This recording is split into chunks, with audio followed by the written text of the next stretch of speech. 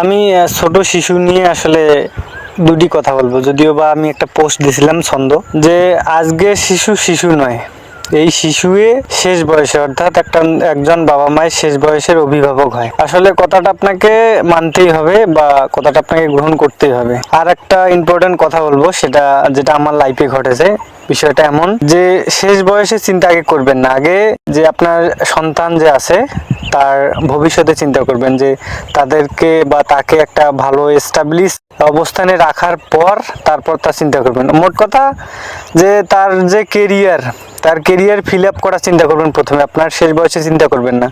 আপনি যদি আপনার শেষ বয়সে চিন্তা আগে করেন, তার কেরিয়ারে চিন্তা না করেন, তাহলে আপনার একটাও পাবেন না। আর যদি হচ্ছে আপনার সন্তানের কেরিয়ারে চিন্তা করেন, যে তার কেরিয়ার বিল্ড আপ করবেন, তারপর আপনার শেষ বয়সে চিন্তা করবেন, তাহলে আপনি দুইটাই একসাথে পাবেন। কথাটা আসলে কতটুকু বাস্তব, আমি যেহেতু তার বাস্তবে শিকার, বাকিটা আপনারা নিজে দেখবেন। ধন্যবাদ।